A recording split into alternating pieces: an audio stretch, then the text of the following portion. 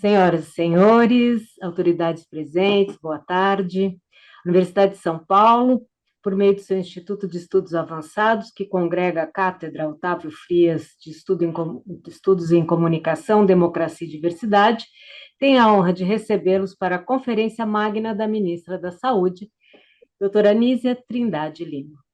Presentes neste dispositivo virtual, professor Dr. Carlos Gilberto Carlotti Júnior, magnífico reitor da Universidade de São Paulo, professora doutora Anísia Trindade Lima, ministra de Estado da Saúde e a nossa conferencista, professora doutora Maria Arminda do Nascimento Arruda, nossa vice-reitora, professor Dr. Guilherme Eriplonsky, diretor do Instituto de Estudos Avançados, professora doutora Suzana Herculano Roussel, titular da Cátedra Otávio Frias Filho e debatedora, professor Dr. André Chaves de Melo Silva, coordenador acadêmico da Cátedra Otávio Frias Filho e também comentarista, e o professor Dr. Vinícius Mota, secretário de redação da Folha de São Paulo e também comentarista. A professora doutora Anísia Trindade Lima é a primeira mulher a chefiar o Ministério da Saúde. A ministra também foi a primeira mulher a presidir a Fundação Oswaldo Cruz, Fiocruz, instituição histórica de ciência e tecnologia e referência internacional entre 2017 e 2022.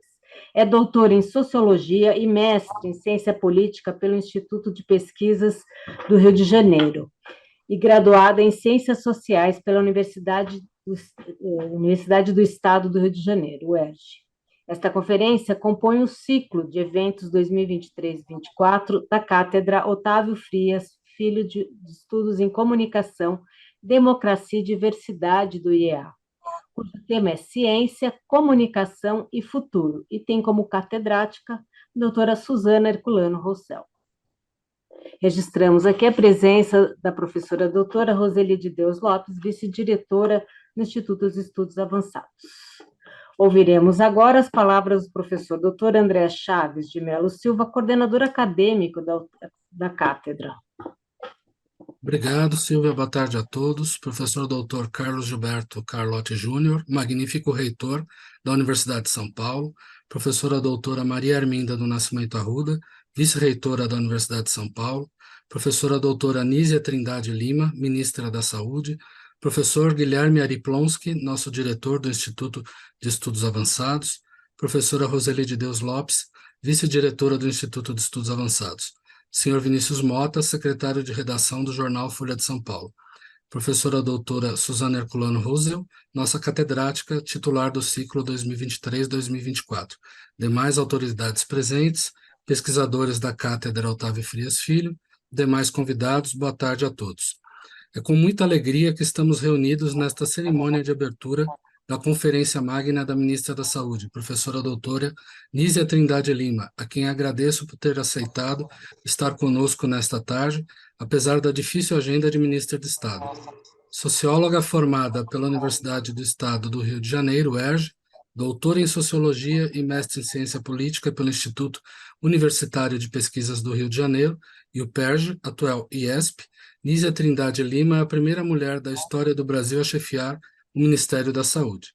A ministra também foi a primeira mulher a presidir a Fundação Oswaldo Cruz, Fiocruz, instituição histórica de ciência e tecnologia e referência internacional, entre 2017 e 2022, período em que se notabilizou, junto com diversos colegas da instituição, no combate à pandemia de Covid-19. Sua tese de doutorado, Um Sertão Chamado Brasil, conquistou o prêmio de melhor tese de doutorado em Sociologia no UPERJ. Foi diretora da Casa de Oswaldo Cruz, unidade da Fiocruz, voltada para pesquisa e memória em ciências sociais, história e saúde, e participou da elaboração do Museu da Vida, premiado Museu de Ciência da Fiocruz. Na editora Fiocruz, atuou na implementação da rede Cielo Livros e foi vice-presidente de Ensino, Informação e Comunicação da Fiocruz, período em que coordenou as Semanas Nacionais de Ciência e Tecnologia na instituição e também a implantação de políticas de acesso aberto, com o objetivo de tornar disponível toda a produção científica da instituição.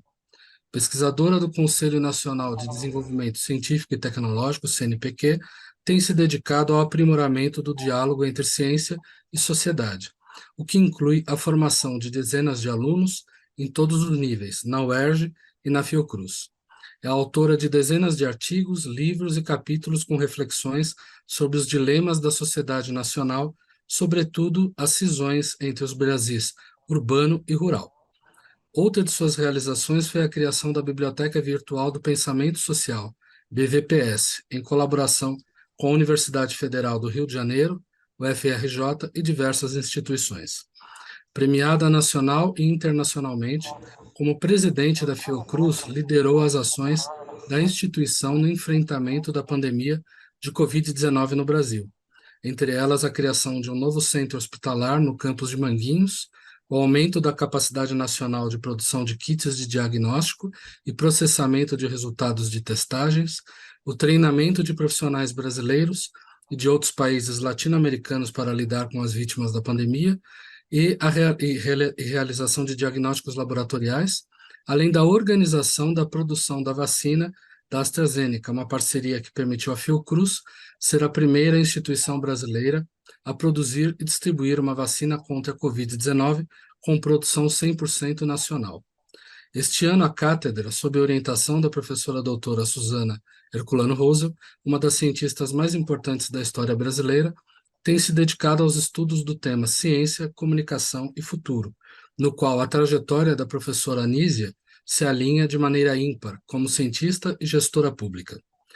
Por estes e outros motivos, ficamos muito felizes quando a professora Anísia aceitou o convite para proferir esta conferência magna no âmbito da Cátedra Otávio Frias Filho de Estudos em Comunicação, Democracia e Diversidade, um centro de pesquisa criado através de uma parceria entre o jornal Folha de São Paulo e a USP por meio do seu Instituto de Estudos Avançados, IEA, e que se dedica aos estudos sobre o papel da comunicação e da diversidade para a manutenção e o constante fortalecimento da democracia.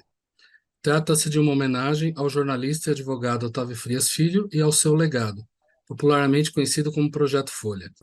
Formado pela USP, diretor de redação do jornal Folha de São Paulo, Otávio Frias Filho mudou o jornalismo brasileiro ao fortalecer a atuação jornalística independente, voltado para o permanente monitoramento do poder, mas sem abrir mão de sua ampla cobertura do cotidiano, da economia, da cultura, ciência, tecnologia e tantos outros assuntos que fazem parte da vida social contemporânea.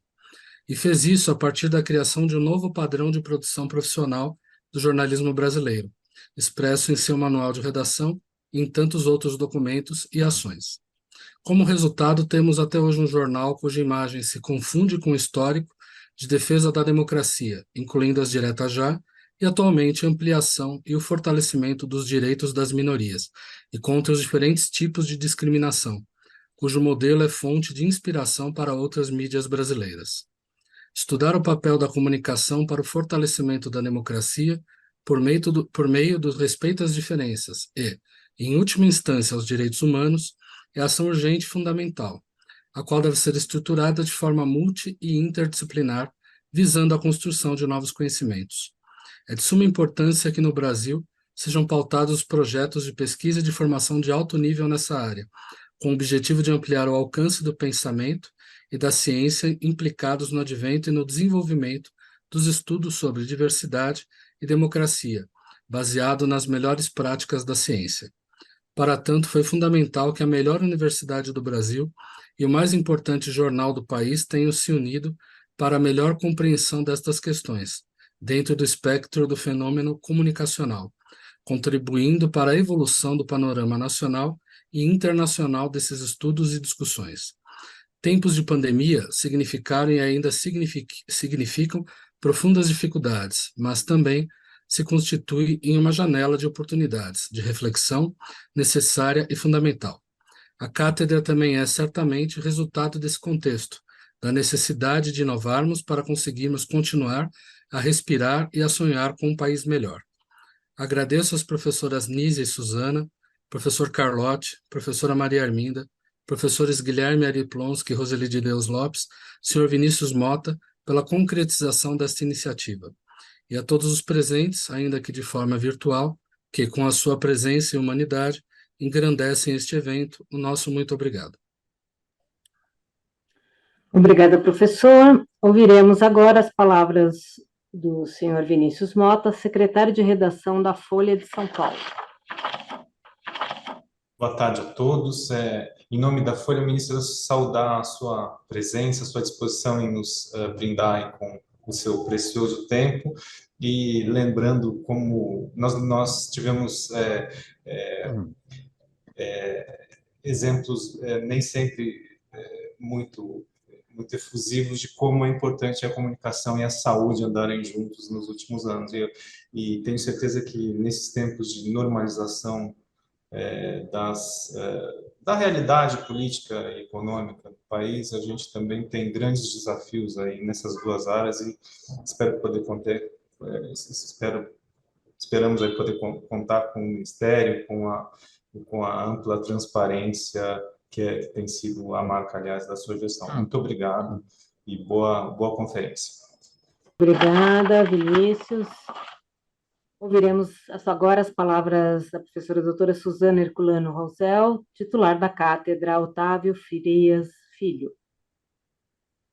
Ministra Anísia Trindade, é um prazer enorme ter a sua presença, contar com a sua presença nessa cátedra, sobretudo, além de todo o resto do que já foi dito, por causa da pertinência com o tema, né? Não só o tema maior de comunicação, democracia e diversidade, mas a gente falando em particular neste ano da cátedra sobre ciência, comunicação e futuro, a gente acabando de sair de uma pandemia, se preparando para futuras pandemias que a gente sabe que um dia virão, né? É só uma questão de quando, e eu fico muito feliz com a oportunidade de ter a sua fala para essa cátedra, sobretudo dentro do contexto do Brasil ser um país tão diverso e diverso de tantas maneiras diferentes também, né? Então, como a gente lida com isso, o que a gente pode fazer para lidar com isso, tanto o que o governo e o ministério podem fazer, mas também cada um de nós, cidadãos e a população como um todo. Então, eu não vou me alongar, é um prazer enorme. Muito obrigada pela sua presença. Obrigada, professora Suzana. Ouviremos, neste momento, as palavras do professor Dr. Guilherme Eriplonski, diretor do Instituto de Estudos Avançados. Obrigado, Silvia. Boa tarde. Hoje é dia de festa no Instituto de Estudos Avançados. Em nome da professora Roseli e meu, eu agradeço a quem propiciou essa festa, a Cátedra Otávio Frias Filho, parceria da Universidade de São Paulo com a Folha de São Paulo. Agradeço ao Vinícius e peço também transmitir ao Sérgio e ao Luiz Frias o agradecimento pela parceria. Eu agradeço ao professor André pela USP e a professora Suzana, nossa titular esse ano, por trazer, então, essa festa para nós. E eu queria registrar também a presença virtual de 67 participantes dos grupos de estudo da cátedra, que, de certa maneira, são a espinha dorsal do que está sendo feito. Hoje é dia de festa, mas o trabalho continua mesmo nos dias sem a festa. E a festa também intelectual, não apenas pela presença da ministra, mas também uma festa institucional, porque contar ao mesmo tempo com a presença do reitor e da vice-reitora, a gente marca no calendário. Muito obrigado. Peço licença para uma brevíssima reflexão sobre o tema da cátedra desse ano, como nós já ouvimos, em que nós temos o privilégio de contar com a professora Suzana. O tema é Ciência, Comunicação e Futuro. Para isso, vale a pena olhar um instantinho o passado recente. Passada a fase crítica da recente sindemia, em que a ministra Anísia, então diretora da Fiocruz, teve papel crucial, vale lembrar o quão anômalo foi aquele momento de curiosidade intensa por parte do público, que aguardava comunicação diária por cientistas nas especialidades relevantes. Bem diferente do que estávamos acostumados, quando a atitude das pessoas, em geral, em relação às ciências, era, na melhor das hipóteses, de indiferença e, por vezes, até de hostilidade. Então, a pergunta que vem é o que a ciência e o público perdem e ganham nas interações intensas a partir do que nós pudemos vivenciar nessa pandemia, em particular, a ministra Nízia. Tendo alertado o mundo, como a professora Suzana comentou há pouco, há muito tempo, mas em vão, sobre a probabilidade de pandemias, cientistas mais expostos aos holofotes rapidamente descobriram o lado desagradável da celebridade. Foram ofendidos por abuso pessoal na mídia e pela mistura intolerável de política. Dois fatores tornaram difícil a tarefa de separar conhecimento e crença. Primeiro, a ciência se tornou politizada e cientistas suportaram muito do peso da ira que estava vinculado ao fato de que havia pessoas desfavorecidas por políticas de emergência.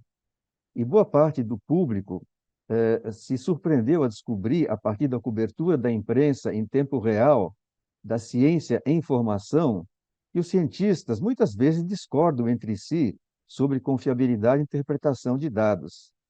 E precisamente no momento em que o público mais almejava a certeza científica, acabou sendo confrontado o público com a incerteza científica. Por outro lado, o público observou o contraste entre a comunidade internacional e a comunidade científica. As nações, em geral, responderam à crise fechando fronteiras, acumulando suprimentos essenciais e apontando os dedos, uns acusando outros.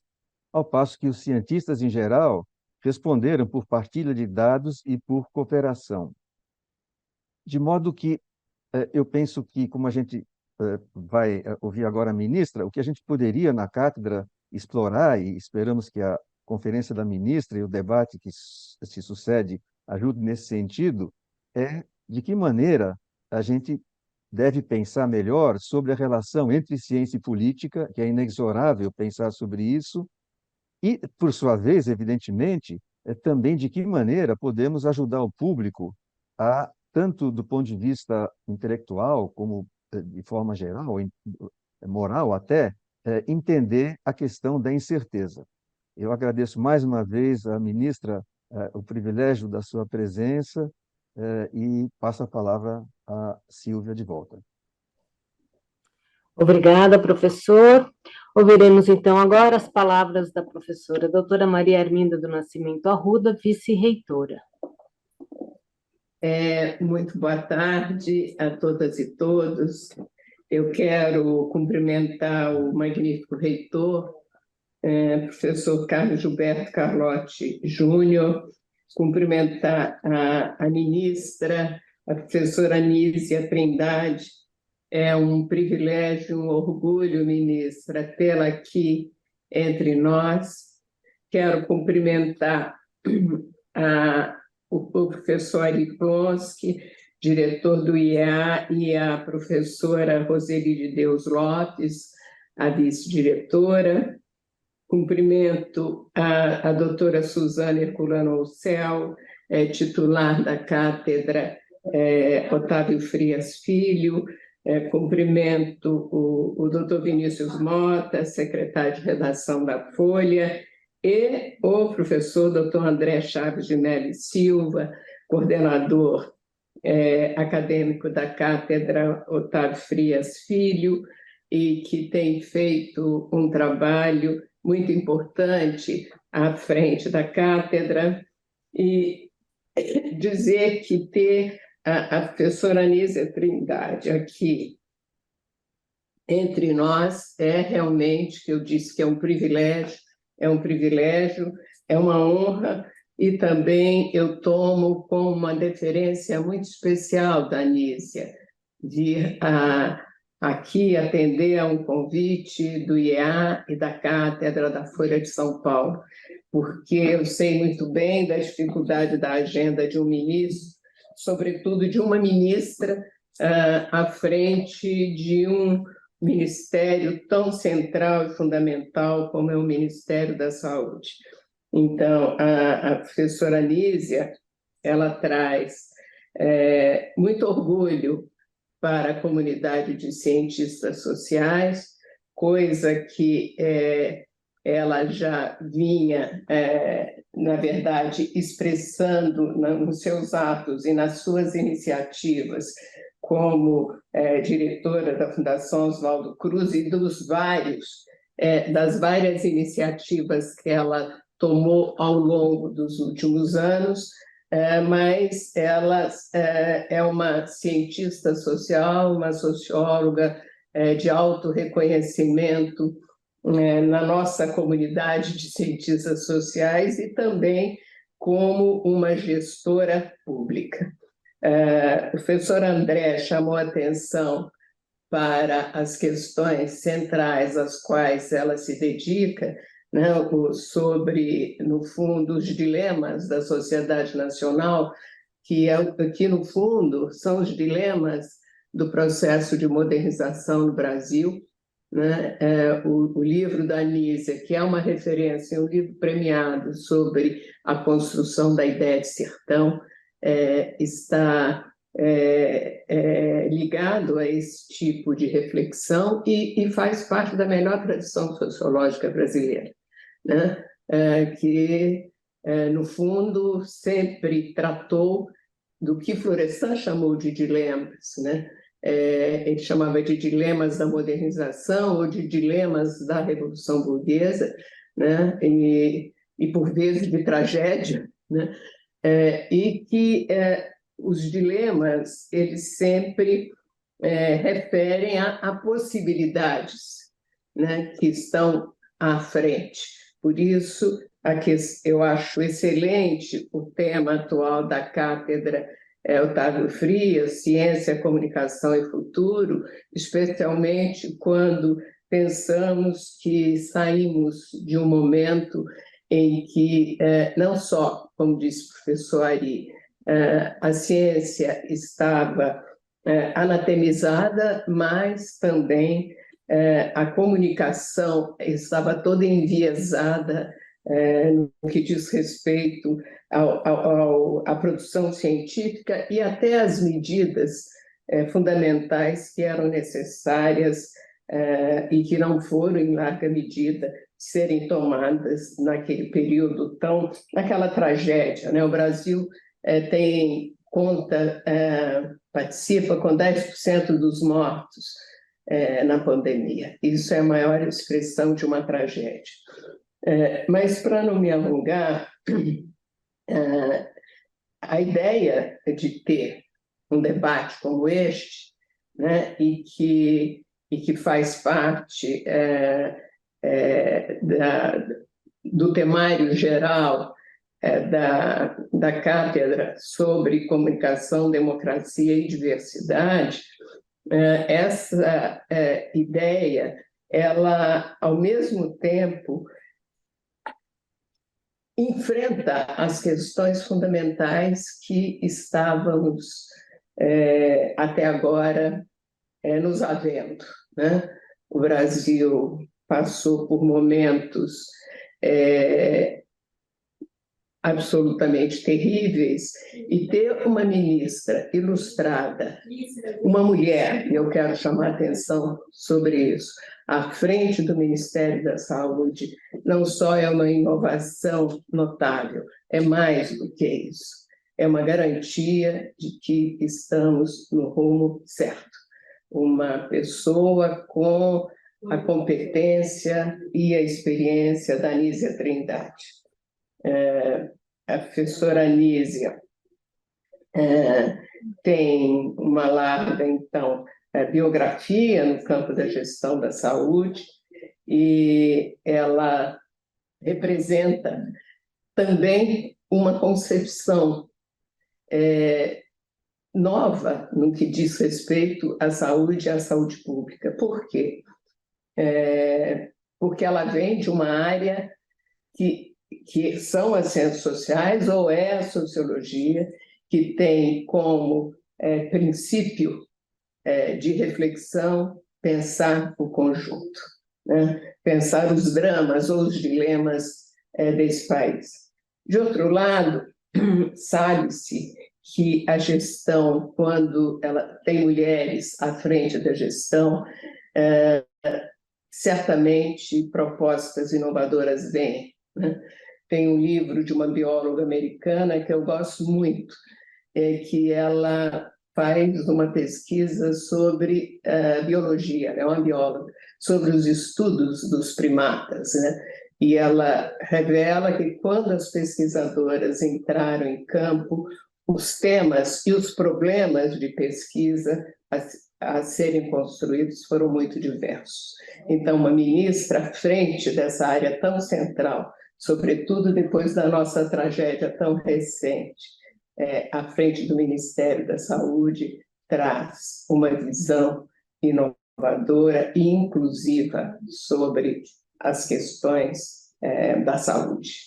Por isso, eu quero agradecer muito ao professor Ari, Roseli, ao André, por esse convite. Quero saudar, né, a Nízia Trindade e a Suzana Herculano Roussel, agradecer muito o apoio que a Folha de São Paulo tem oferecido à cátedra e dizer que é com alegria que eu estou aqui vendo a minha amiga, professora Nízia Trindade. Muito obrigada.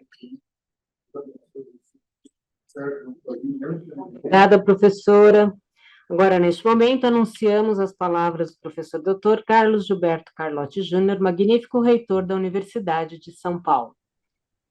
Boa tarde a todas e todos. Gostaria, nas pessoas da professora Maria Arminda, do professor Guilherme, Ari Plonsky, saudar todos os uspianos, na pessoa do Vinícius Mota, gostaria de saudar todos os colegas da Folha, gostaria de saudar a ministra e amiga Nízia Trindade, muito feliz em você ser ministra, muito feliz pelo que você tem feito e mais feliz ainda por você poder estar aqui conosco hoje, Nízia, para trocarmos algumas ideias.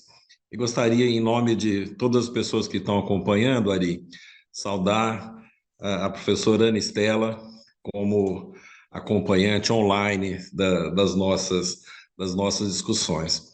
Bom, eu queria falar um pouquinho de cátedra, Nízia, porque isso é uma iniciativa de alguns anos que nós temos na universidade. Eu acho que o Ari pode me corrigir, mas que começou no IEA essa iniciativa e agora está espalhando por toda a universidade.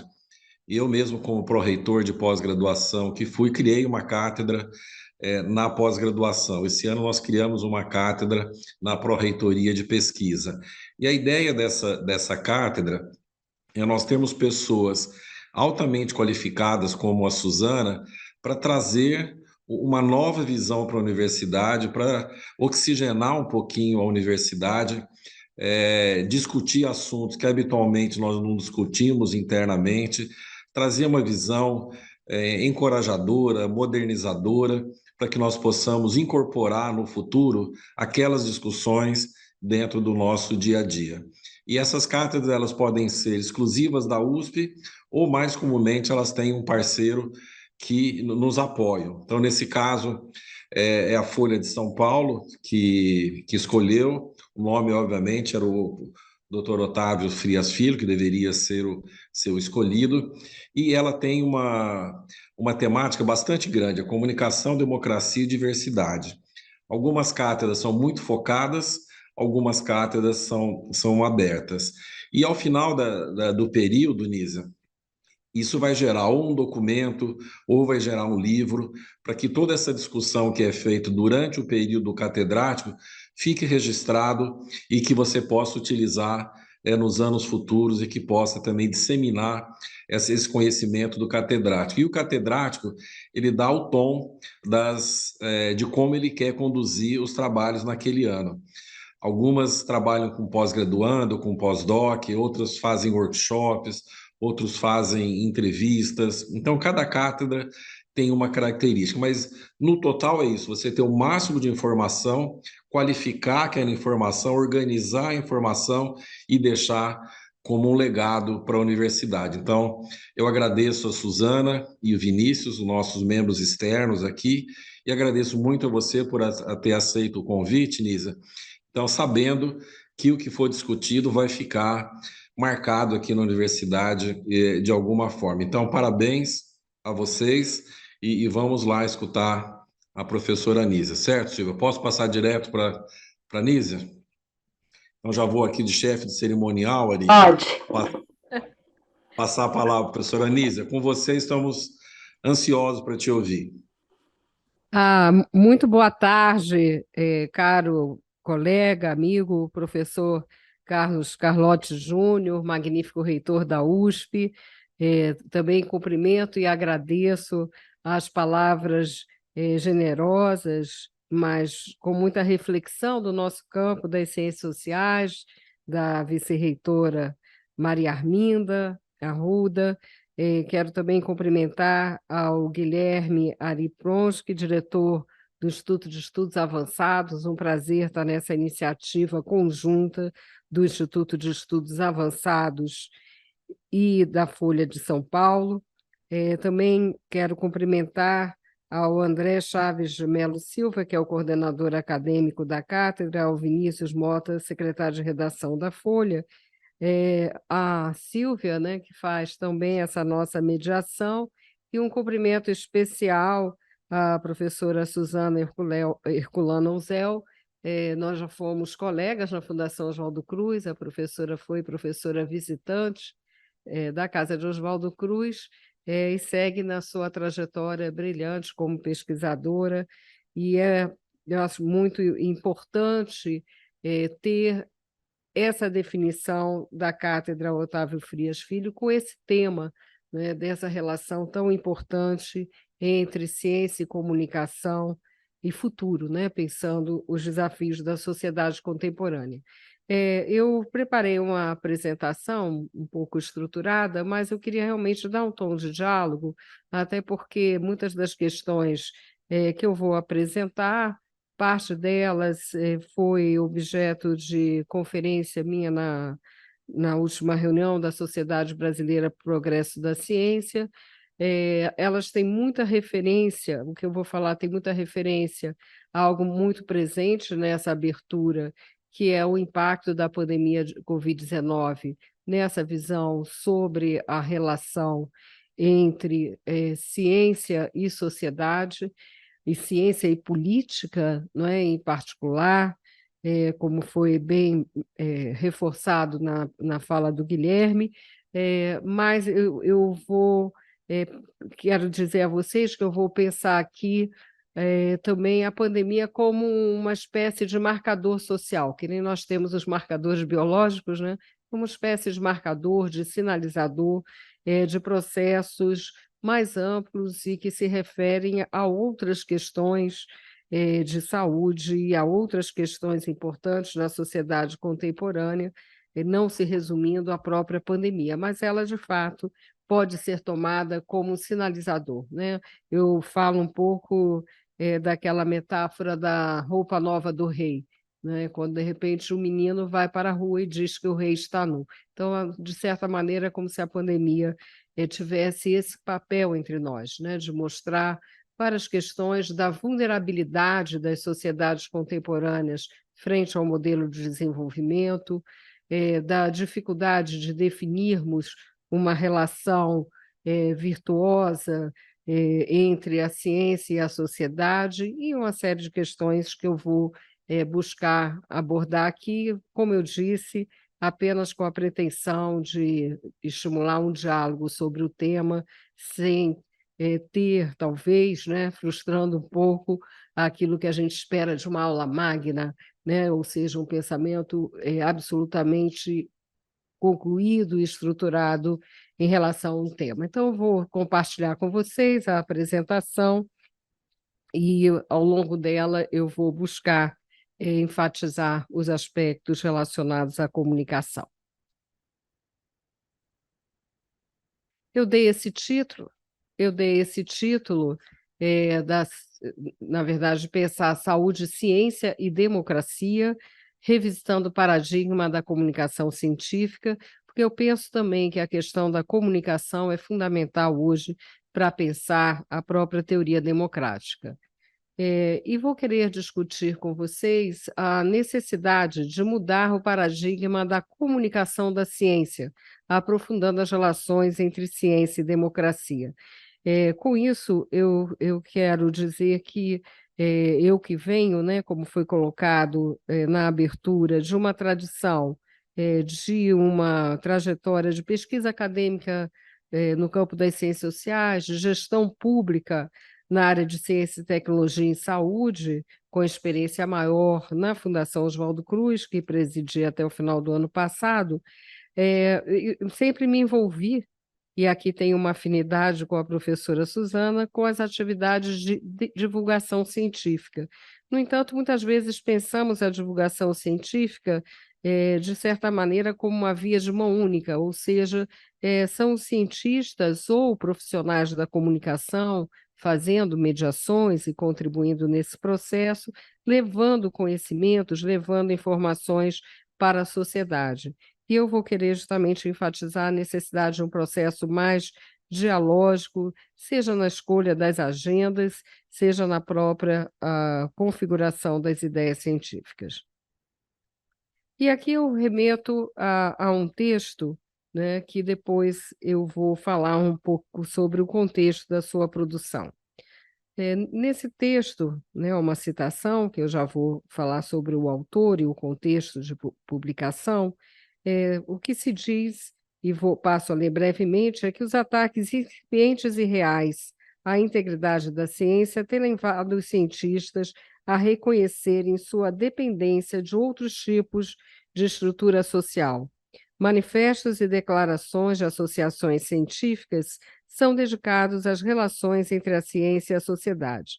Uma instituição que sofre ataques tem que examinar de novo seus fundamentos, revisar seus objetivos, buscar sua explicação racional.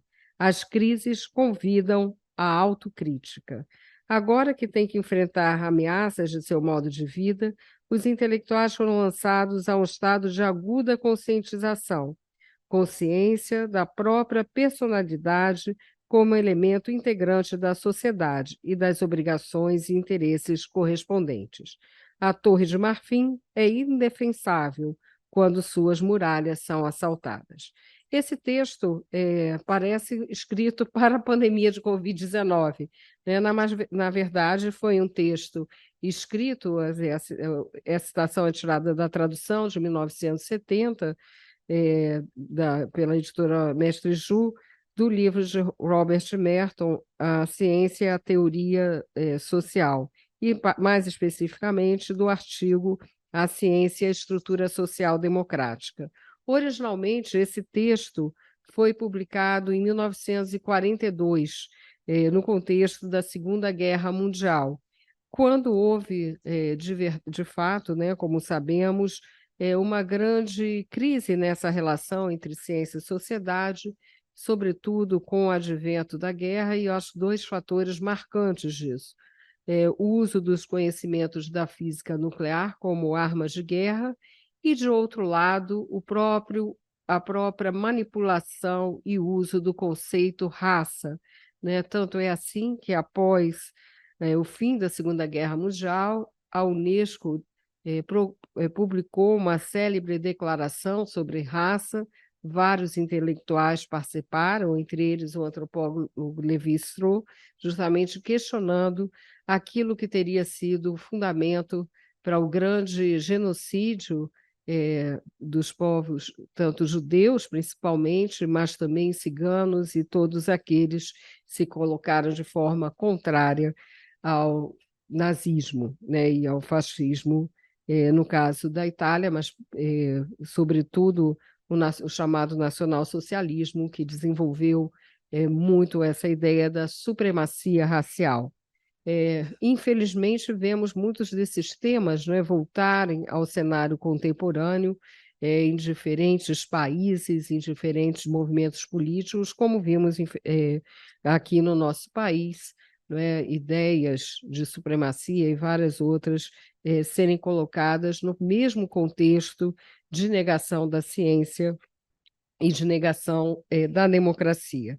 Mas só para fechar, porquê, né, do uso desse texto de Merton, eu creio que ele seja muito ilustrativo de um tema importante e que, pelas críticas, em grande parte muito bem fundamentadas, a visão de ciência que esse importante sociólogo norte-americano professou, acabaram ficando um pouco de lado, que é um conjunto de enunciados formulados por ele sobre o que deveria ser o ethos da ciência. Então, vamos guardar essa ideia, eu vou voltar a ela ao final, mas o que eu queria, sobretudo, dizer que é nesse contexto, o artigo em pauta é uma versão modificada de uma conferência dada pelo sociólogo à Sociedade para o Progresso da Ciência nos Estados Unidos.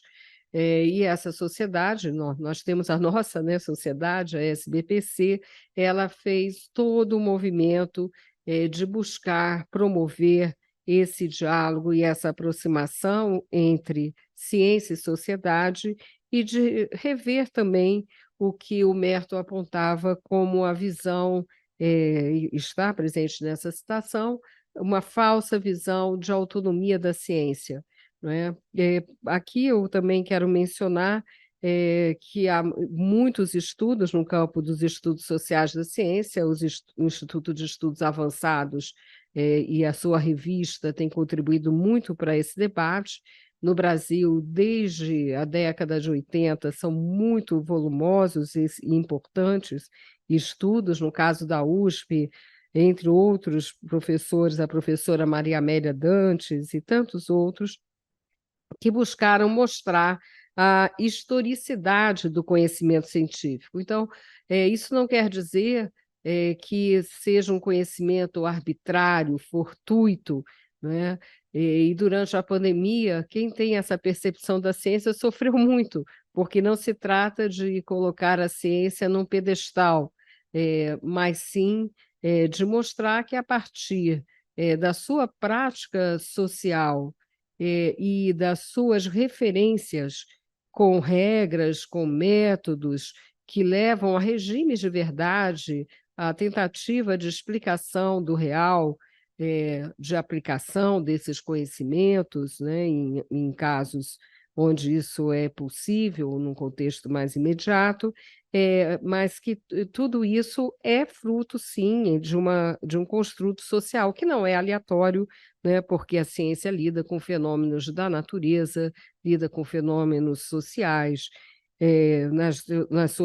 nos seus vários campos de conhecimento. Mas eu quero sublinhar aqui que não é novo o tema desse ataque à ciência.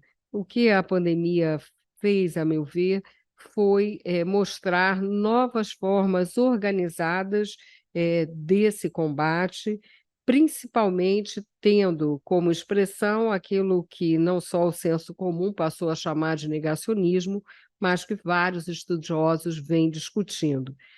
Sendo, e é importante salientar isso, que o negacionismo seja da teoria da evolução, seja das leis da física, seja da ideia do chamado terraplanismo, negando, né, já o pressuposto jamais do que estabelecido da Terra redonda, né, para simplificar aqui, tudo isso tem também uma origem muito importante no negacionismo histórico-político. Há uma ampla literatura também de questionamento, de crítica e de combate àqueles, por exemplo, que negaram, em anos mais recentes, a importância do Holocausto nazista como um fenômeno histórico-social, buscando relativizar esse fato histórico. Então, vocês vejam que é um tema complexo, eu aqui vou abordar de uma forma muito superficial, mas eu gostaria de inserir realmente essa discussão no debate sobre a democracia, porque eu creio que é isso que nos faz ter a dimensão do combate, né, que travamos hoje, ou da guerra cultural, como muitos falam. Quero salientar também aqui que falo isso pensando não de que não é possível avanço científico e tecnológico em contextos autoritários, em contextos de negação dos valores democráticos. Seria uma tolice fazer isso. O próprio nazismo, né, tem vários exemplos de avanço nos conhecimentos científicos, e mesmo as sociedades ditas democráticas, mas ainda com muitos problemas de inclusão, como o caso dos Estados Unidos da América do Norte, basta falar da questão da segregação racial, para não me estender em outros temas, mas então essa democracia não tinha o sentido inclusivo que muitos autores da teoria democrática colocam hoje, mas o que eu quero realmente chamar a atenção aqui é que não se trata de avanços da ciência e tecnologia vistos de forma isolada, né, mas de que os resultados da ciência possam ser orientados, de fato, por um ethos de apropriação pela sociedade, numa construção coletiva, que, a meu ver, é o único caminho para o futuro da sociedade e para o próprio futuro da ciência. Feita essa introdução, eu vou falar brevemente de alguns impactos da pandemia, né,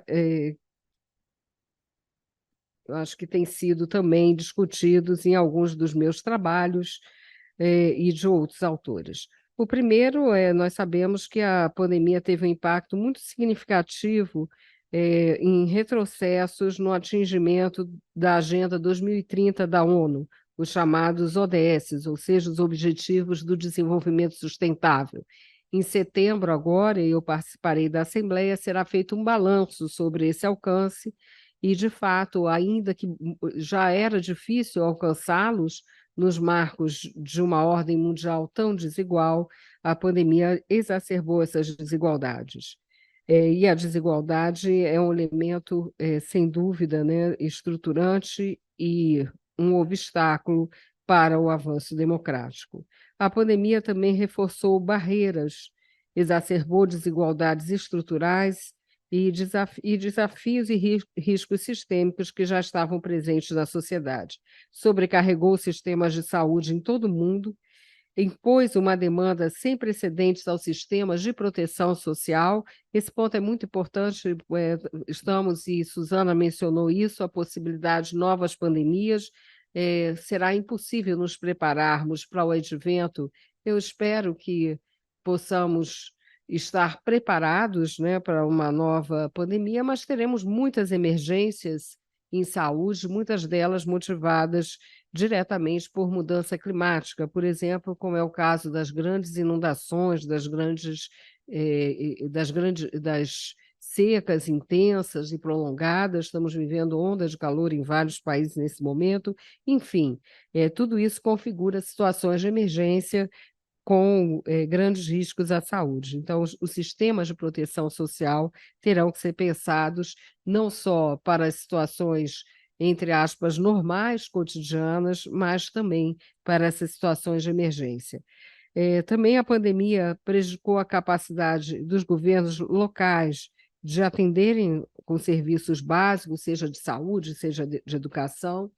Na educação, o impacto ainda está por ser avaliado e foi diferenciado em vários países, mas é um dos impactos de maior importância, muitos alunos fora das salas de aula, além do impacto na saúde mental, não só para essas crianças e jovens, mas para toda a sociedade, sem falar dos idosos, né, que foram bastante atingidos do ponto de vista das suas formas de convívio familiar, né, entre outros problemas. E ela prejudicou também toda a força de trabalho, que já vive uma transição em todo o mundo, como sabemos, para formas, ou seja, para o setor informal, formas com menor proteção, e ela teve também esse efeito de agravar o desemprego. Em relação aos aprendizados e desafios, né, que podemos pensar, eu destaquei 7 e não vou me deter longamente sobre eles, mas acho que é importante falar, ainda que brevemente, sobre eles. O primeiro é a necessidade de investimentos contínuos em ciência, tecnologia e inovação. Muitos enunciados falsos foram colocados, por exemplo, em relação à pesquisa e desenvolvimento e mesmo produção de vacinas para a Covid-19. De fato, foi possível esse desenvolvimento por um acúmulo, pelo menos, eu diria, nos últimos 20 anos, a partir da epidemia de ebola. Então, houve um investimento muito forte, entre outras agências, pela CEP, que é a Coalizão para a Preparação de Emergências, para Inovação e Preparação de Emergências, com grandes investimentos em vacinas. Um dos exemplos é a vacina da Oxford, a vacina de vetor viral, que, graças à universidade, né, houve uma cláusula de que ela teria que seguir a orientação da Organização Mundial de Saúde e ser vista como bem público e não como fonte de lucro. Mas não foi o que nós vimos, no geral, na pandemia, em relação ao conjunto de vacinas e outros equipamentos e outros bens de saúde. O segundo desafio que eu queria ressaltar é a necessidade de se reorientar as atividades de pesquisa, desenvolvimento tecnológico e inovação no campo biomédico. Eu volto a falar isso mais à frente. A necessidade de descentralizar a produção de bens de saúde. Mesmo os países desenvolvidos, como é o caso da França, recentemente tiveram um forte impacto da centralização em poucos países dessa produção, notadamente a China, a Índia, com grandes áreas de produção de medicamentos e de vacinas, tanto que a França recentemente definiu uma nova política para essa produção, né? No Brasil, isso tem um impacto importante, que se der tempo a gente pode falar sobre isso durante o debate. A necessidade de fortalecer os sistemas de saúde e proteção social. A Maria Arminda fez referência a 10% da população mundial que morreu por Covid está aqui no Brasil, se a população do nosso país, na verdade, foi próximo a 11%, e o Brasil não tem esse percentual em termos de população mundial. Então, isso mostra o grande impacto da pandemia em nosso país. Também a necessidade de fortalecer a governança global e o papel do multilateralismo, né? Espera-se que, além da Assembleia Mundial da Saúde, que ocorreu em maio, a próxima Assembleia da ONU seja propícia para isso, mas sabemos que há muitas dificuldades e uma complexa geopolítica hoje no mundo, e não me refiro só à guerra da Ucrânia, mas a vários outros fatores, né, tanto conflitos quanto novos polos, né, de poder surgindo, que não poderia destacar aqui, mas que é importante ser observado. A necessidade de abordagens interdisciplinares diante de desafios cada vez mais complexos e a necessidade de mudar o paradigma da comunicação da ciência, que é o principal tema nosso aqui hoje. Eu queria, em relação ao primeiro desafio colocado, mencionar a concentração da propriedade intelectual, né, e esse dado fundamental de 88% de todas as patentes em saúde estarem concentradas em 10 países. E em relação a essa necessidade de reorientação que eu mencionei, eu sugiro àqueles que tiverem interesse numa discussão mais sistematizada sobre esse ponto, esse artigo que eu participei como autora, que é uma redefinição da pesquisa e desenvolvimento no campo biomédico, direcionada pelo interesse do bem público, né? Do interesse público. Então, esse artigo, ele discute, inclusive, vários dilemas e contradições durante esse tempo tão curto de pandemia, mas que nos parece tão longo, como é o caso dos países que se abrem para a realização de pesquisas clínicas, seja de vacinas, seja de medicamentos, mas que não têm uma política de repartição de benefícios, né, como se discute hoje, ou seja, de serem beneficiados com acesso. Ao contrário, né, o que nós vimos foi falando de uma forma bem simples, né? Como é que é? Farinha pouca, meu pirão primeiro, né? Uma corrida pelas vacinas, e aqueles países com maior capacidade de aquisição, os países mais desenvolvidos ou de alta renda, para usar a classificação da ONU, aqueles que mais se beneficiam disso. Isso leva, né, também ao terceiro ponto que eu havia colocado como aprendizado e desafio, que é a necessidade de descentralizarmos a produção desses bens de saúde. Esse mapa Mundi coloca essa assimetria em setembro de 21. Por que setembro de 21?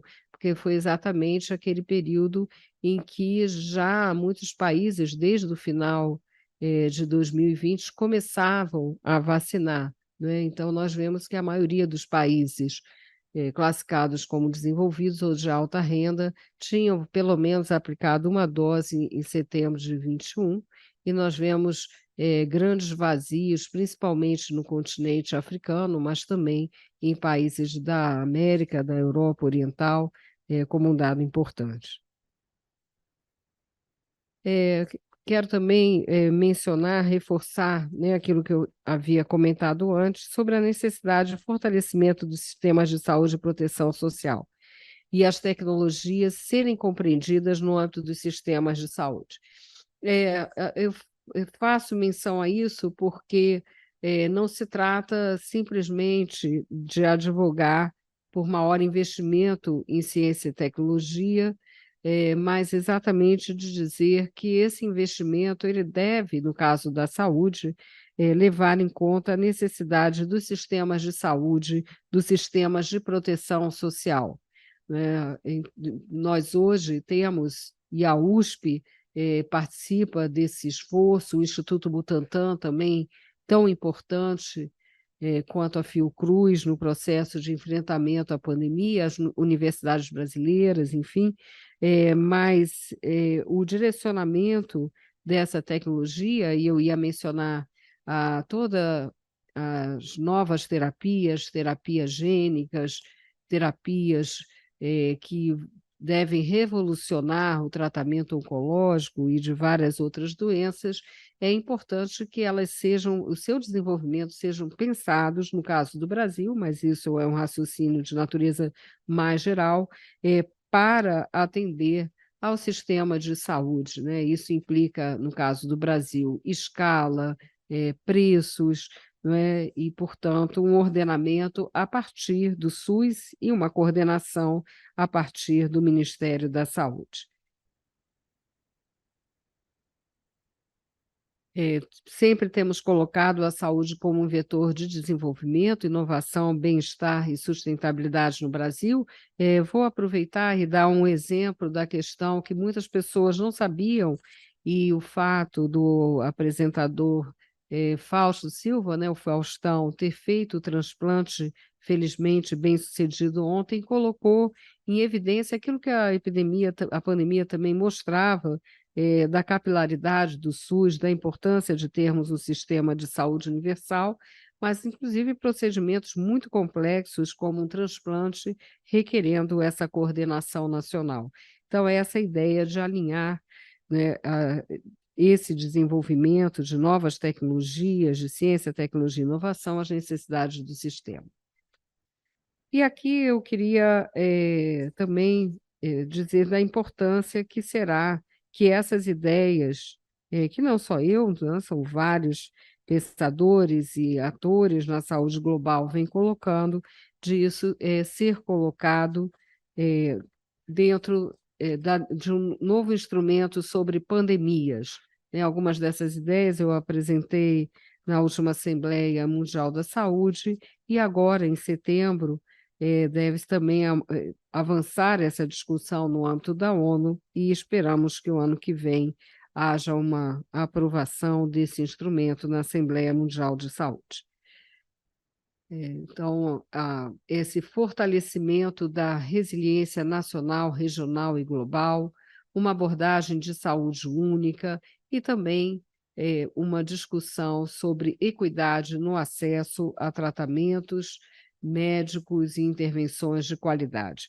Eu queria também mencionar aqui, antes de avançar nessas minhas notas, né, como eu prefiro chamar, eu queria assim, mencionar como uma questão muito importante de que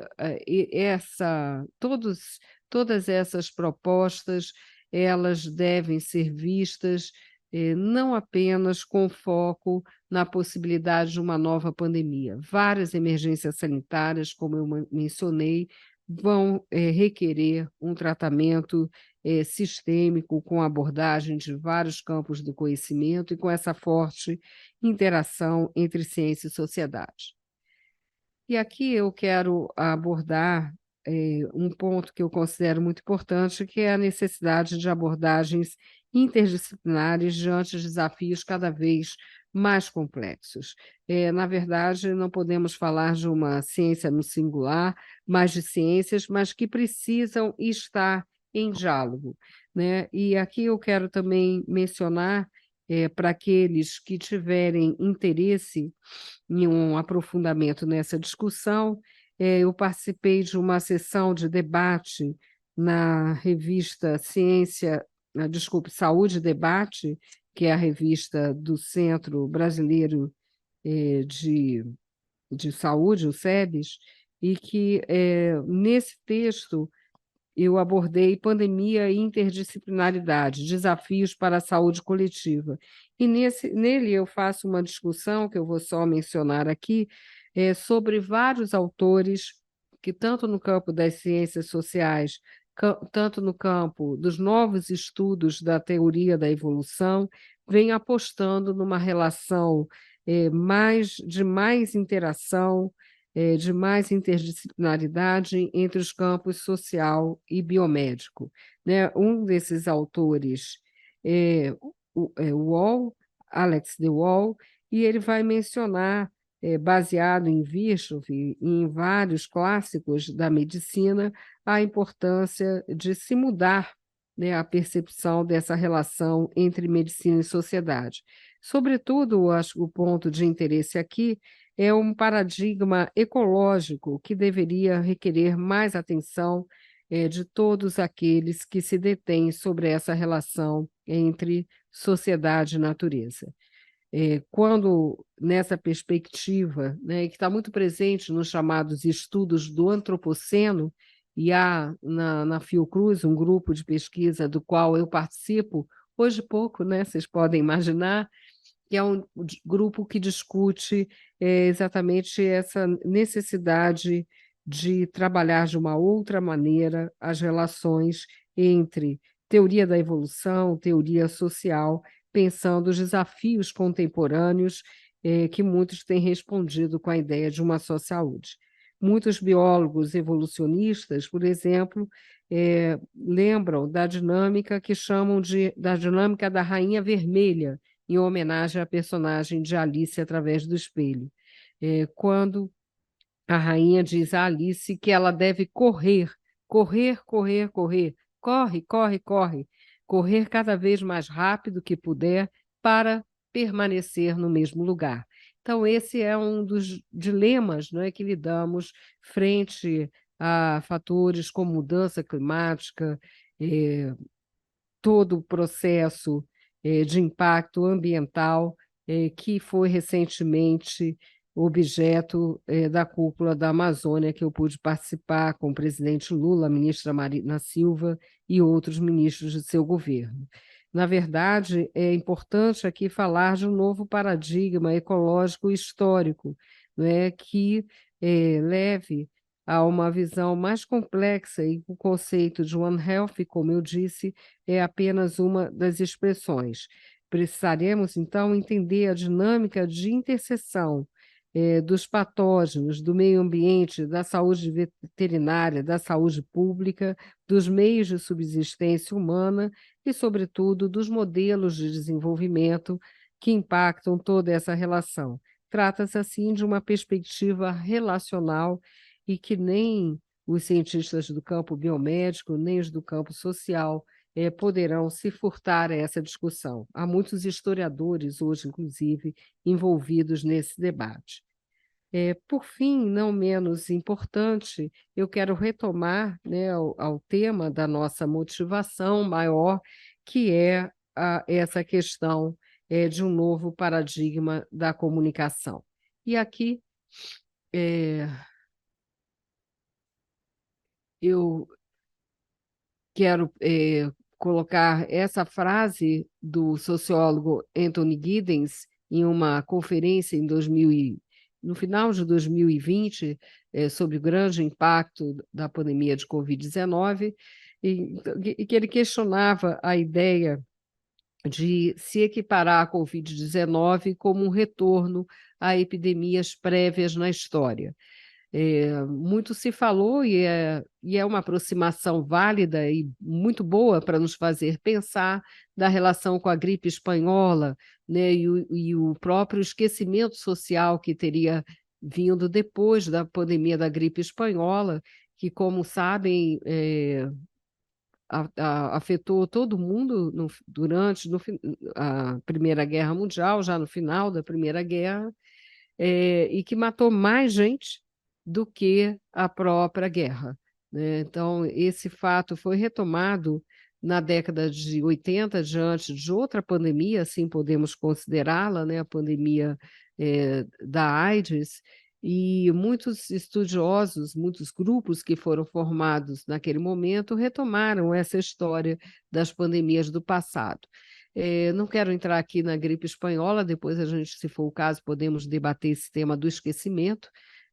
Estamos, inclusive, isso está no programa de aceleração do crescimento com o projeto de construir um memorial da pandemia, mas voltando aqui ao nosso tema, o que Giddens, nessa conferência, enfatiza que não só que as futuras epidemias estão cada vez mais relacionadas a fatores ambientais e mudanças climáticas, que eu já mencionei, mas também a grande transformação nos meios de informação e comunicação, resultando naquilo que ele denomina uma digidemia, porque a informação e comunicação passam a ser constitutivas da própria pandemia.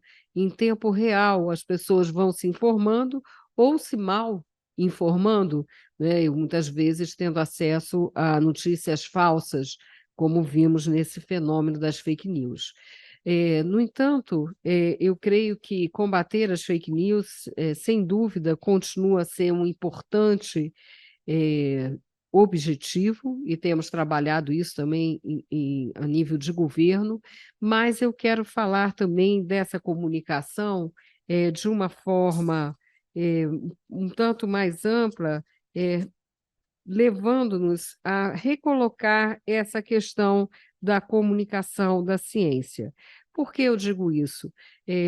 Como resultado de uma proteção frente ao ataque que sofreu toda a ciência durante a pandemia de Covid-19, e no Brasil isso teve uma cara política muito evidente, não é? Inclusive como política de governo, né? No governo anterior, não podemos esquecer disso, o que ocorreu em outros países também, dentro dessa onda conservadora em que o combate à ciência é parte constitutiva, mas isso também deve nos levar a uma reflexão de como colocar os vários debates científicos e os enunciados da ciência. Por que eu digo isso? Não se trata de atribuir à ciência o status de um conhecimento acabado, de uma verdade definitiva em qualquer domínio do conhecimento. Isso vale para qualquer domínio do conhecimento, mesmo as chamadas ciências exatas, né? Porque elas se dão em processo, em contexto, as novas teorias são validadas a partir de regras, de regimes de verdade que foram sendo historicamente construídos. Isso, como eu disse, não significa negar valor à ciência, mas, ao contrário, recolocar essa questão do valor. E aí são muito úteis, a meu ver, nesse momento, a discussão sobre as teorias da comunicação. e a teoria sociológica que coloca a comunicação como um processo de grande importância. Em termos dos teóricos clássicos, já vemos isso em George Tarde. George Tarde, muitos autores têm recuperado a sua contribuição, escreveu longamente sobre isso, pensando a sociedade como interação e, portanto, pensando a sociedade como comunicação.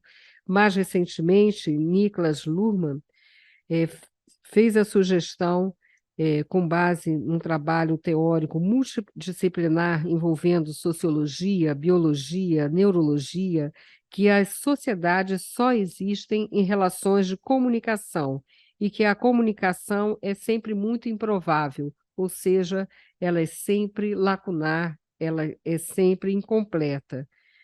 Quando, contrariando todas as expectativas a êxito nas comunicações, aí sim é que a sociedade acontece. Ou seja, para ter sociedade no sentido que Durkheim colocou também, né, como algo que faça sentido também para o nível da subjetividade dos indivíduos, que signifique uma base comum que oriente a ação social, como colocou Max Weber, para isso ocorrer na sociedade contemporânea, em que novos espaços comunicacionais são colocados, em que a própria tecnologia de informação e comunicação muda as relações cotidianas, é fundamental para um projeto democrático que a comunicação esteja no centro desse debate.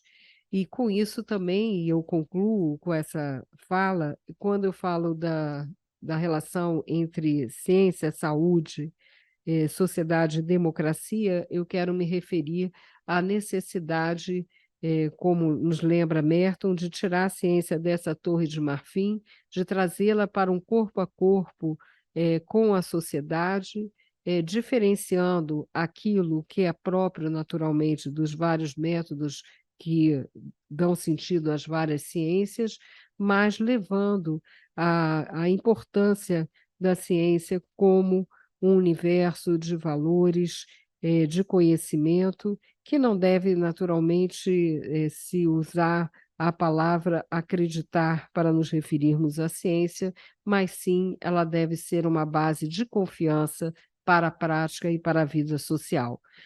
Com tantos possíveis aprendizados da pandemia, também devemos pensar, né, como outros sociólogos, recentemente Klaus Eder, que nos diz que as sociedades aprendem, mas o mundo é difícil de mudar.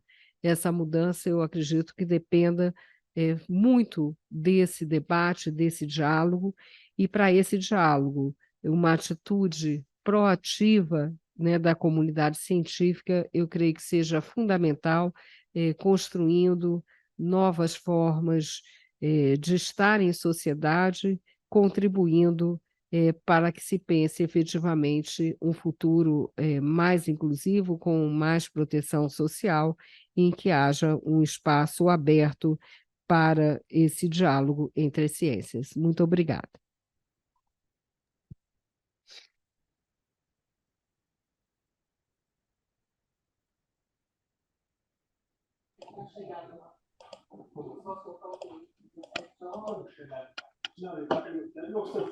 Obrigada, doutora Nícia.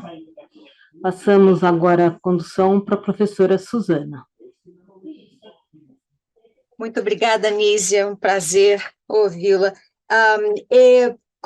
Se a gente ainda tiver alguns minutinhos, eu queria lhe pedir para fazer uma comparação que eu imagino que esteja na cabeça de muitas pessoas, e acho que ninguém melhor do que a ministra para falar sobre isso, que é como a nossa situação atual, bom, ou talvez atual de 1 ou 2 anos atrás, no auge da geração, felizmente tão rápida, de vacinas, em tempo recorde, mesmo mundialmente, e a reação contrária em alguns países,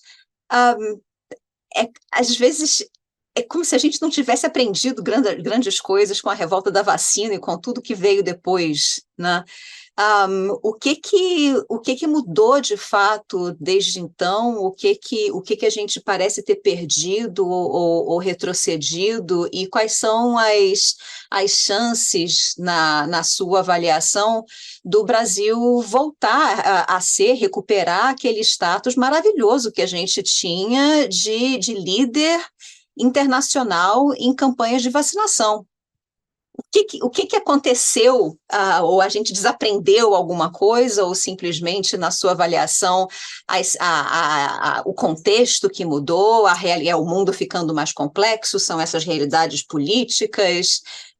O que aconteceu? E deixa eu só acrescentar uma observação aqui. Eu amei a sua observação sobre a gente não devia falar em acreditar em ciência. A ciência como eu gosto de falar sobre como a gente define o que o cérebro cria, o que o cérebro simula ou constrói sobre a realidade, e o que é o real. O real é o que não está nem aí para a nossa opinião, não está nem aí para o que a gente pensa ou não pensa, acha ou não acha. Os fatos existem, os vírus são, a vida é, e a ciência é o processo de descoberta e avaliação, experimentação disso tudo, mas o que sobra da ciência, o que fica da ciência, o que a gente ganha com a ciência, são fatos, e os fatos não estão nem aí para o que as pessoas pensam ou não pensam, né? E às vezes eu me pergunto se a gente não precisaria simplesmente de uma visão ou de colocações um pouco mais firmes a esse respeito, como você disse, não é vamos acreditar na ciência, não. Vamos pensar no que é de fato e no que não depende da gente, do que a gente acredita ou não acredita, gosta ou não gosta. Enfim, eu adoraria ouvir as suas ponderações a respeito, por favor.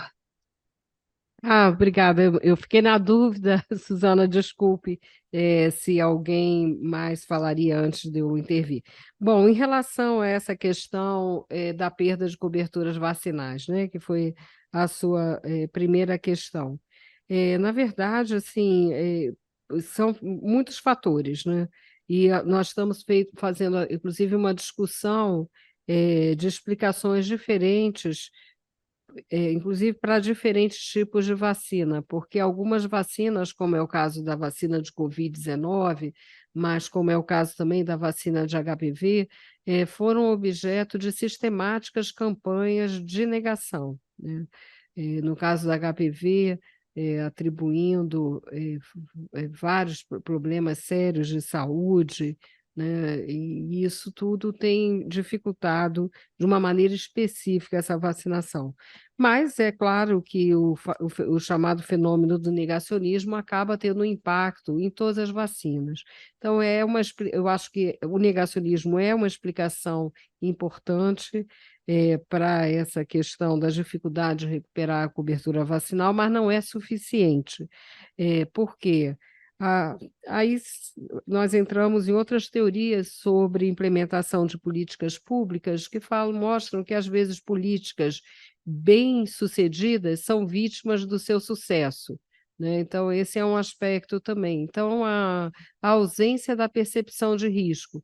Por exemplo, eu tenho visto, eu não fiz uma pesquisa sobre isso, mas muitas pessoas que não são negacionistas, elas simplesmente esqueceram de tomar o reforço com a vacina bivalente. Por quê? Porque isso deixou de ser visto por elas, quer dizer, a ameaça da doença, até porque pela vacinação, principalmente pela vacinação, mas as pessoas continuam a se infectar, né? Temos uma nova variante aí no mundo, as pessoas continuam a se infectar por Covid, mas as formas graves são muito menos frequentes. Não que elas não existam, né? É importante lembrar que ainda pessoas podem morrer e vêm morrendo de Covid, mas numa proporção que não se compara ao período considerado de emergência, né? Então, vários fatores. indivíduos com imunocomprometimento, né? Existe medicamento, inclusive, né? Aproveito, né? Também a gente sempre aproveita para fazer um esclarecimento. Diagnósticos que não são feitos a tempo, e que no caso de pessoas muito idosas, mais vulneráveis, ou de pessoas com esse tipo de comprometimento imunológico, que elas podem também fazer uso pelo SUS. Mas, enfim, então o sucesso. Há também outros fatores, né, na América Latina. O Mercosul está estudando, inclusive, os países do Mercosul já adotarem também o Zé Gotinha como símbolo, o que é interessante, né? De tanto que a gente tem interação.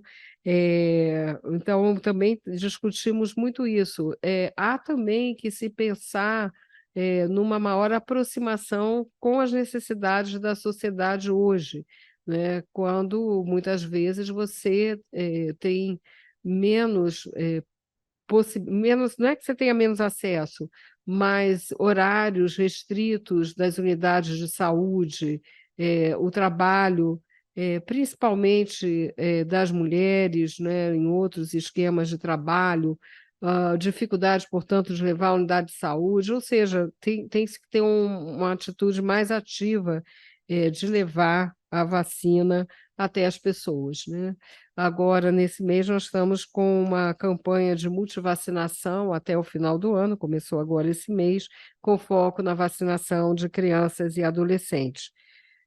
Mas lembrando da importância de que todos, né, em todas as faixas etárias, têm o seu calendário atualizado. Você falou do sucesso, né? Esse sucesso também ele não veio de uma evolução natural da compreensão da sociedade sobre a importância das vacinas. Você lembrou da revolta da vacina. Na verdade, nós tivemos uma construção histórica por vários sanitaristas que se dedicaram ao tema da vacinação, porque você pode ter grandes avanços científicos e tecnológicos e esses avanços não serem aceitos pela sociedade. Então, trabalharam muito nisso, né? Entre as pessoas que estão conosco, o doutor Rizzi na varíola, o doutor Akira Roma, em várias campanhas, como na campanha da meningite, e várias outras, que é da Fiocruz, o doutor Ciro Quadros, que foi uma referência mundial, ele e outros sanitaristas criaram o dia D vacinação. É uma inovação também, é uma inovação da forma, né, de você implementar uma política pública. Então, é interessante também a gente perceber que isso não é natural, né? Isso é fruto de políticas públicas, em suma, e também de pessoas que se dedicaram, né, fortemente a isso. Só para, já que eu falei do Zé Gotinha, até uma história interessante. O Zé Gotinha foi encomendado a um artista plástico na década de 80, que é o Darlan Rosa, é um artista plástico e um designer também aqui de Brasília, e ele então construiu o Zé Gotinha para a Unicef. O Ministério da Saúde demorou a adotar o Zé Gotinha, né? Então, assim, eu acho que são dinâmicas sociais em que você vê essa necessidade de dar continuidade a uma política pública e pensar a política pública sempre vendo os vários lados de um problema, né? O desenvolvimento científico-tecnológico, sendo que muitas vacinas são tecnologias, algumas do século XIX, né? Outras mais recentes, nós vimos com a pandemia, foi um dos grandes, digamos, achados, essas vacinas de mRNA, de vetor viral, que servem também para outros usos terapêuticos e que vinham, por sua vez, de outros usos terapêuticos.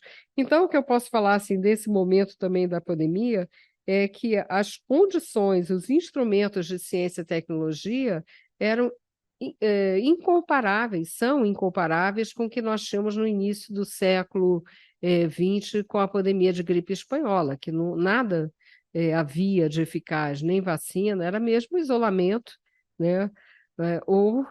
E o que aconteceu foi uma contaminação em massa, com um número absurdo de mortes, como eu já fiz referência, né? Então, isso sobre a cobertura. Então, isso, na verdade, nós temos que ter múltiplas estratégias, considerando aquelas vacinas que também são mais alvo de campanhas de fake news negacionistas e que acabam afetando toda a vacinação, né? Então, é uma atitude proativa, é vacinação nas escolas, né? E é uma estratégia em loco, nos locais, para estimular essa vacinação. O fato é que o Ministério da Saúde voltou a fazer ativa campanha de vacinação, como em relação a outras questões de saúde, mas também temos a noção que isso não será suficiente para que nós atinjamos coberturas que já foram os 90%, por exemplo, mais de 90%, como é o caso da vacina de pólio. A outra questão que você me coloca é essa ideia do acreditar e confiar. Na verdade, assim, eu acho que nesse ponto nós temos uma visão um pouco diferente, Suzana, porque eu vejo a ciência como um produto de uma atividade humana. Eu não vejo a ciência como um processo de descoberta. Eu entendi o que você falou, é uma visão sobre a ciência. Eu vejo a ciência como um processo em que fatos vão sendo estabelecidos a partir também de regras que se desenvolveram de pôr à prova, não é, enunciados científicos, de poder contestá-los por pares. Isso também é fruto de um processo histórico, a própria linguagem científica, como ela se separou, dissociou da linguagem do senso comum, não é? Ou seja, a ciência ela pode e deve, daí a relação com a democracia, as ciências ou conhecimento científico está à prova, né? Mas existem métodos, existem regras e critérios para fazer isso. Eu acho que isso que é importante, não é um enunciado que possa ser imposto, não é, à sociedade.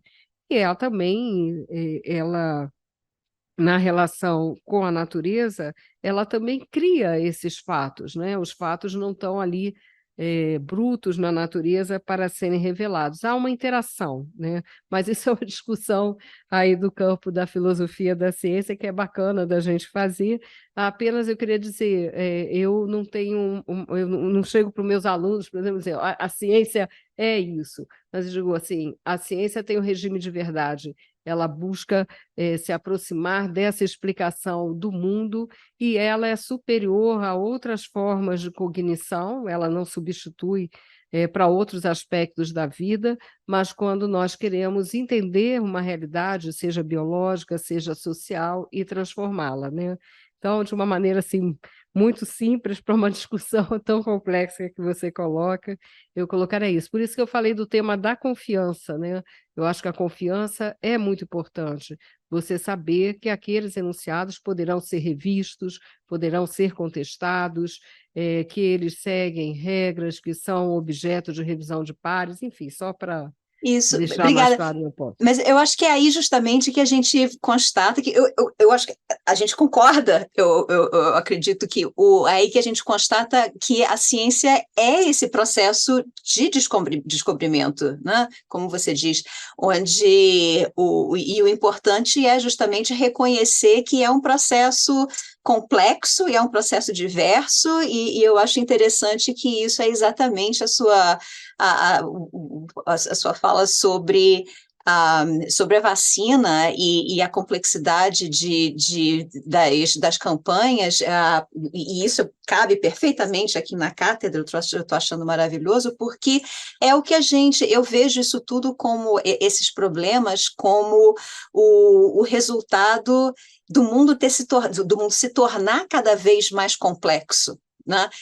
Essa diversidade e complexidade que acabam fazendo com que não existe uma política pública que resolve tudo, não existe uma abordagem, não existe um experimento que resolve tudo. A gente precisa dessa diversidade até nesse sentido também, né? O alvo das políticas públicas são populações diversas, são realidades diversas, mas a maneira de chegar lá, então, também é necessariamente diversa, né? E talvez isso seja uma ideia importante que esteja faltando incutir nas pessoas, onde a própria ciência, né, não existe o experimento, a vacina que resolve, o comprimido que resolve tudo de uma vez só.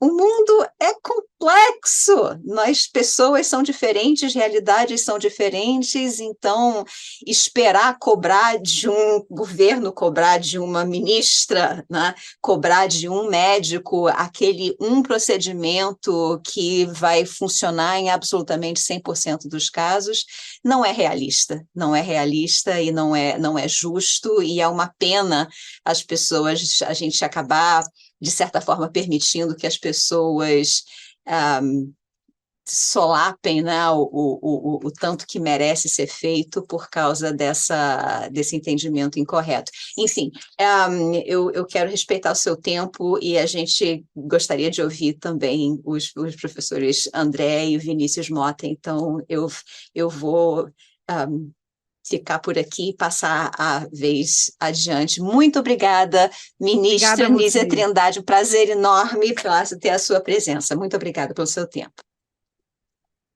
Obrigado, Suzana. Eu vou fazer um comentário muito rápido para respeitar o tempo e apenas 4 perguntas do grupo de estudos que mandaram aqui para a gente dezenas e dezenas de perguntas.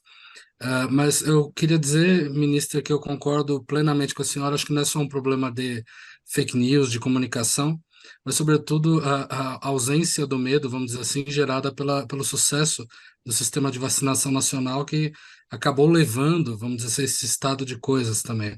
Eu me lembro de 2 cenas que acho que baseiam um pouco do que a senhora falou. O último episódio de surto de febre amarela, onde crianças, por exemplo, eram arremessadas por cima de cercas de postos de saúde, que os pais morriam de medo, dada a alta letalidade dessa doença, né, e ter que vacina pelo menos meu filho, aquela coisa de manter pelo menos a existência da família, vamos dizer assim, e que é um impulso bastante, inclusive, natural, e resultado, inclusive, do fato de todos nós sermos descendentes de pessoas que sobreviveram a grandes pandemias, né, anteriores. E também eu me lembro de uma vez em conversa com um negacionista que nunca tinha dado vacinas aos filhos, etc. Eu perguntei para ele, mas nem da polio? Ele falou, não, da polio sim. E aí eu fiquei pensando até hoje nessa frase, eu falei, claro, porque a polio deixa uma marca visível, né?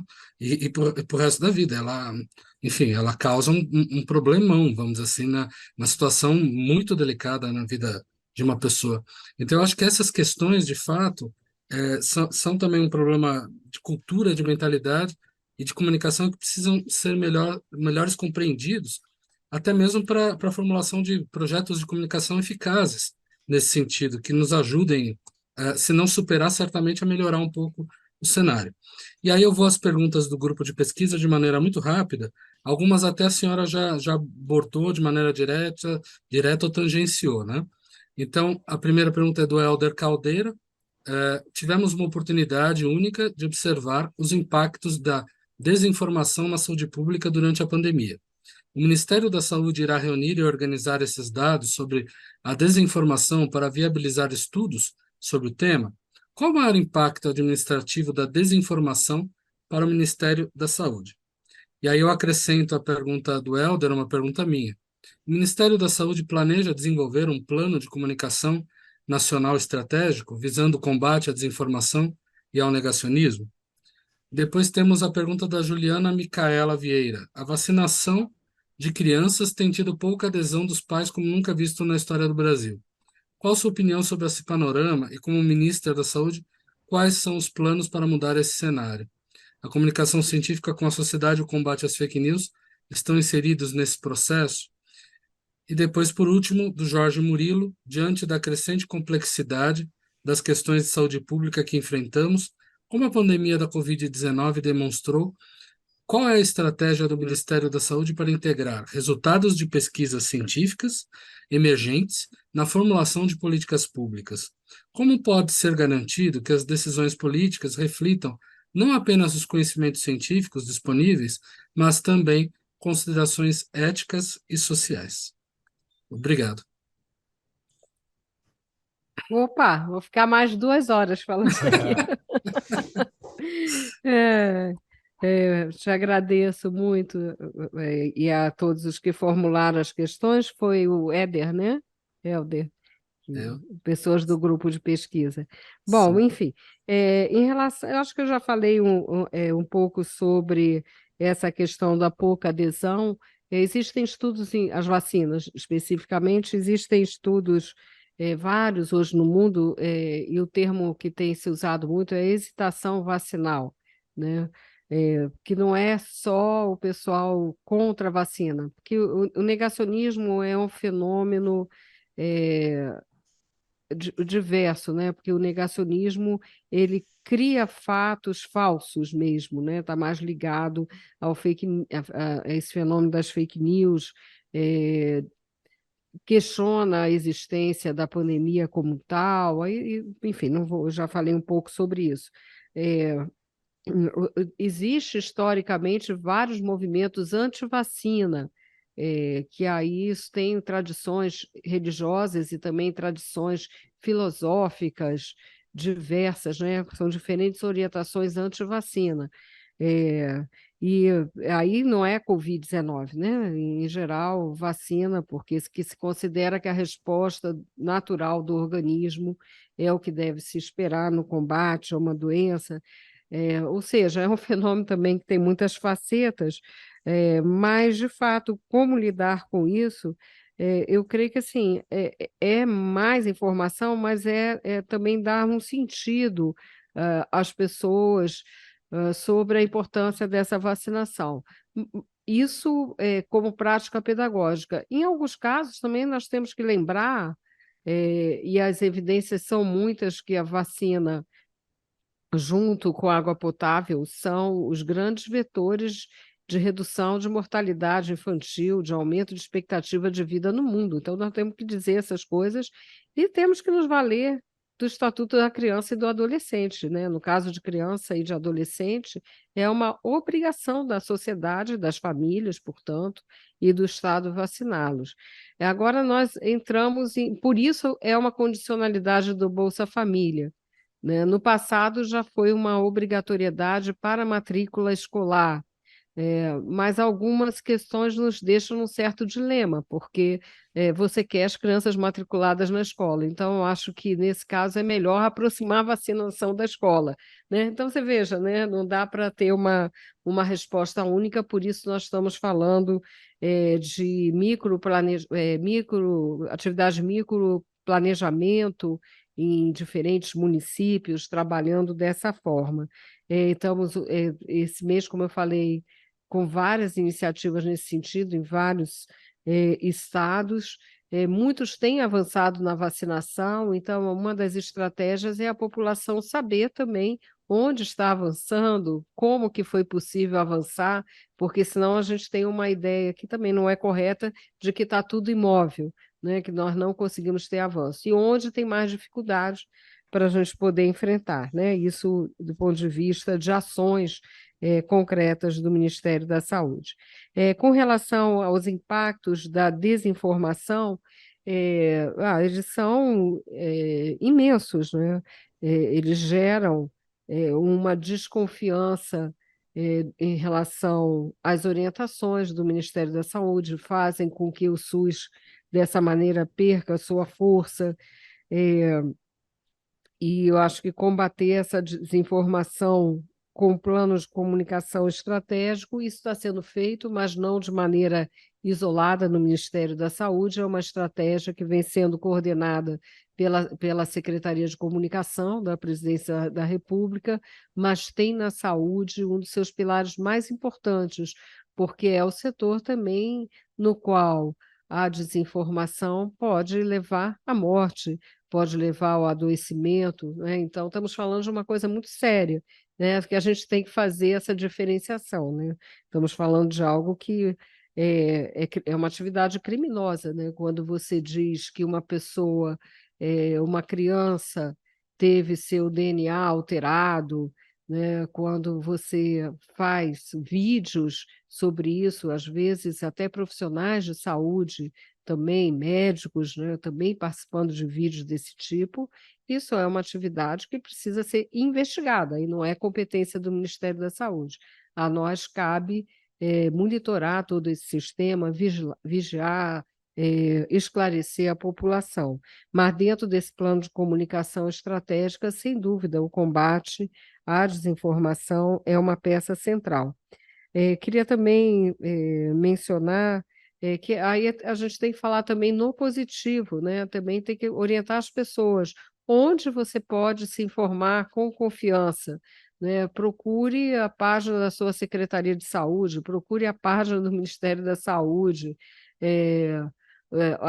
todo o site de divulgação científica que a USP e outras universidades têm, né? Nós fazermos um trabalho conjunto, não ter isso como uma tarefa só do Ministério da Saúde. Eu acho que envolver a sociedade nesse processo é fundamental. E nós temos contado com adesões importantes da sociedade, né? Os sindicatos, as igrejas, né? Eu já estive na CNBB, já estive com o presidente da Frente Parlamentar Evangélica, já estive com lideranças das religiões de matriz africana. Enfim, eu acho que nós temos que ter, eles não vão ter os argumentos científicos pela vacina, mas são atores sociais que ajudam, não é, no convencimento da população. A gente tem muitos exemplos bem-sucedidos desse engajamento social, né, e eu acho que é hora de fazer isso. Eu queria falar de um aspecto relacionado à informação, que é o fato de nós não termos tido no governo anterior transparência nem mesmo das informações sobre a vacinação, seja os dados da Covid sobre informações sobre a vacinação. Isso é muito sério, né? Então, estamos estabelecendo todo um sistema de gestão da informação no Ministério da Saúde, de valorizar aplicativos existentes, compartilhar, facilitar esse processo de acesso, né? Isso é uma questão que estava muito realmente desestruturada, e para isso nós criamos uma secretaria nova, né? Que até a secretária Ana Estela, a Haddad está aqui conosco, que é uma secretaria para informação e saúde digital, que tem outros objetivos também. Enfim, por fim, a questão da pesquisa e da formulação de políticas públicas. Em 2003, no primeiro governo Lula, foram criadas algumas secretarias novas, entre elas uma secretaria específica de ciência, tecnologia e inovação.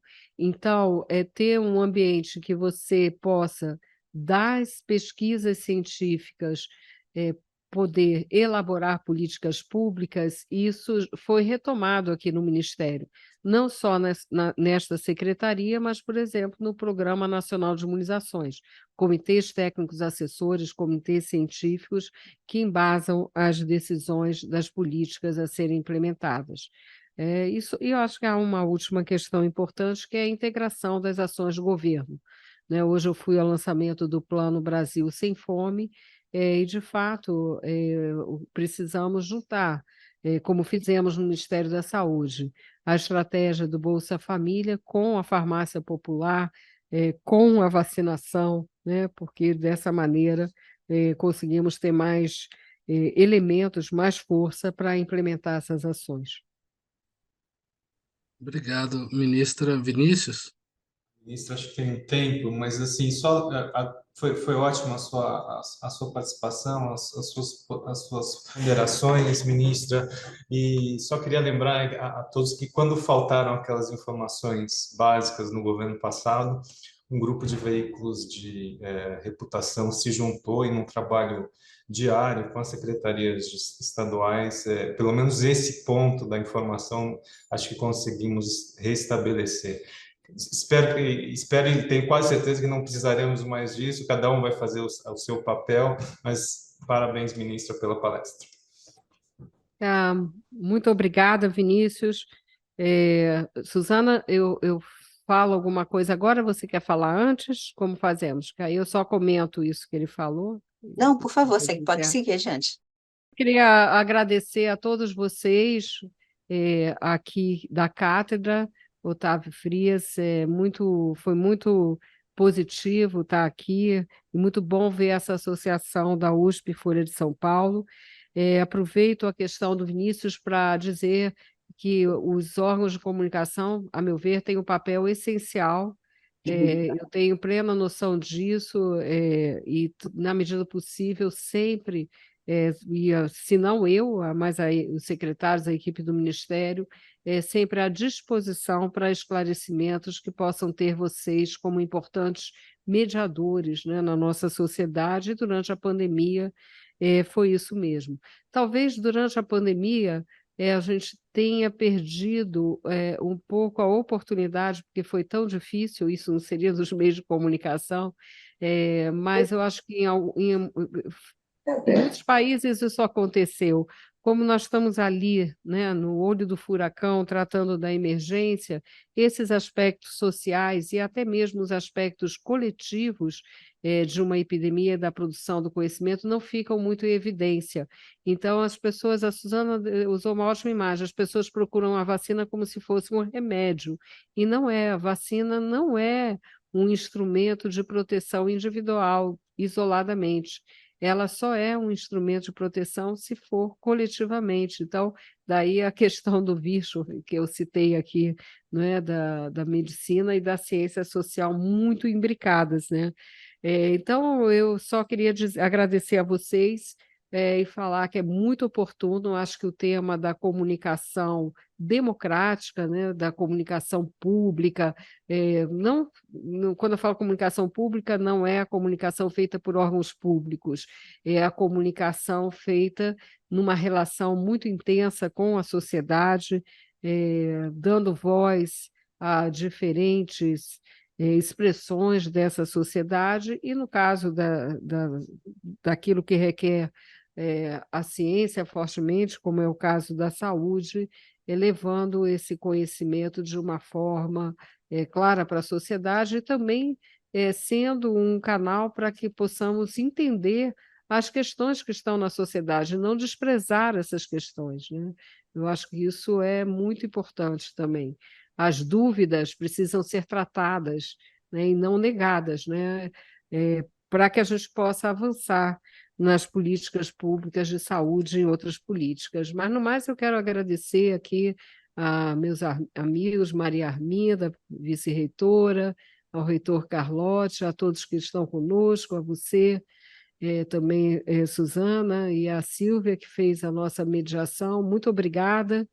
Eu estou vindo da África, então por isso que eu estou um pouco afônica, porque as viagens são sempre cansativas. Na verdade, estou vindo África do Sul, depois eu fui para a Índia, aí já saí da África, e aí voltei para ir a Luanda e a São Tomé e Príncipe na missão coordenada pelo presidente Lula. Mas está todo mundo com muita expectativa desses avanços no Brasil, que vão ser avanços também para a saúde global e esperamos para uma cultura de paz, né? Que eu acho que o nosso país pode ajudar nesse sentido.